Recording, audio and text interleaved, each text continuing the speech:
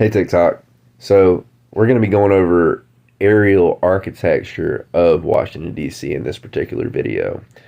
And those who aren't familiar with the aerial view of Washington, D.C., as well as the ground level of Washington, D.C., there is obvious occultic secret symbolism all over the place.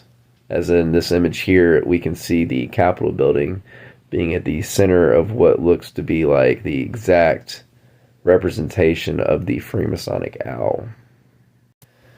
It may seem like a stretch at first glance that something like that owl could be so perfectly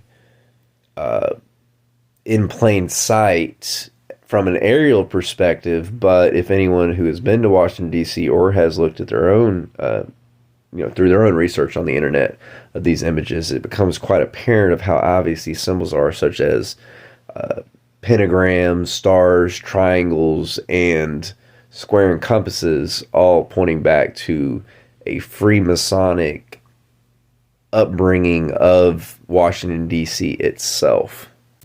The Pentagon stands as another testament of aerial architecture and deep thought being put into the aerial architecture, as well as the geometrical architecture itself, with it being on September 11th that it first started its construction, and September 11th was the date it was actually hit in 2001. As well as previous in this particular video, and through independent research you can do yourself, it's not hard to understand that the Scottish Rite would be centered at the top of all of this overhead architecture from the aerial perspective, and it playing, a major role in the entire layout of what you're seeing visually.